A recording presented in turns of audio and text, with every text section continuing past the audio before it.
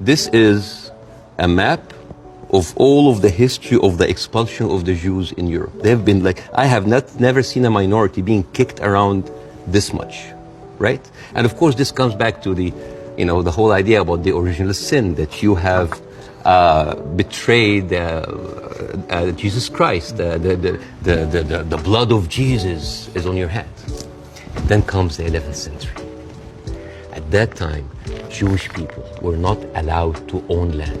They were just peasants. Even some of the professions they were not even allowed to participate in. But they were allowed to do one thing, usury, money lending, because it was prohibited by the Catholic Church to engage into that. So what happens when you work in money? You get richer, right? And those Jews lived in ghettos. Now, ghettos was not just like isolated neighborhoods in cities. Sometimes ghettos were outside the cities. This is like how isolated they were. And in those ghettos, they have to pay gold to the mayor or the governor or the prince or the noble. So they would see, you're getting richer. I need more taxes. So they pay tax. What happens when you have a business and they increase your rent? You increase your service, increase the taxes, increase the... So what happened? The Christians started to default. And suddenly, the image of the greedy Jew was created. This was created because of their conditions. And it became worse in 1095, when Pope Urban II called for the first crusade to go and save the birth of Jesus from the unbelievers Muslim. And this crusade did not kill a single Muslim. You know how many people they killed? 2,000 Jews. Because it's like, wait, the non-believers are all over there. Why? So they went to it's called the Crusades of the Rhineland. So they went to the Jewish community because, hey, we own the money, so let's kill them better than paying them. And then came the plague. And then all of the things like, oh, they're killing babies, who would do that to a baby, And they accused them of poisoning the well. This was the kind of oppression that the Jewish people went through. Fast forward 19th century, there was like the Eastern Jew in Ukraine and Russia, and there was the Western Jews in Europe. Those people in the Eastern Jews had to immigrate because there were pogroms and they were like, kicked out. And at a certain point, the people in the West, especially in England, it's like, there are too many Jews.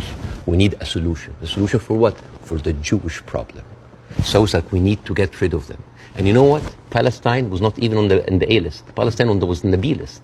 Because England proposed 6,000 square miles in Uganda for the Jews, 1903.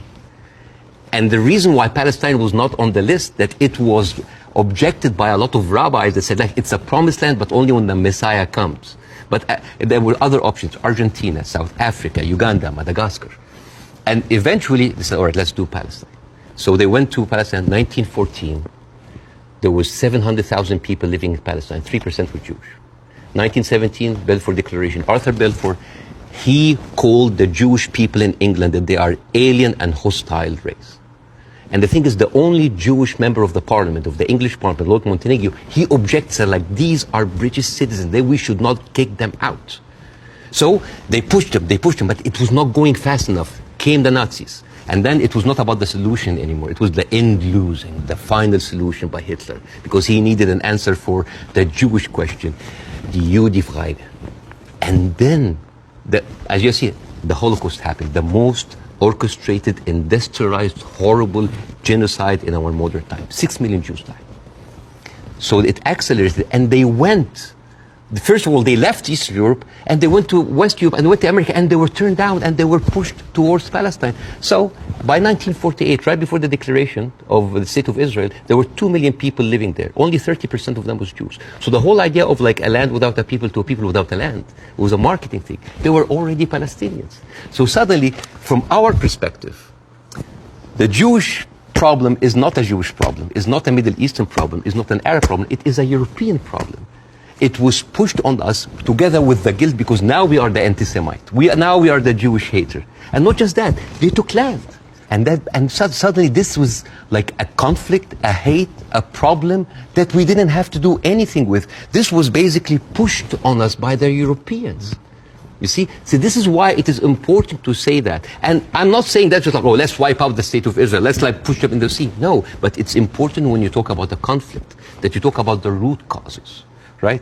No, there was like a vibrant Palestinian culture happening over there. And right now they are erasing this culture. Suddenly I'm thinking of like, Israeli feta cheese, Israeli hummus. Oh, that's an insult. Israeli hummus. Come on. I mean, take the land, but leave the hummus, man. I mean, come on. I mean, that's not fair.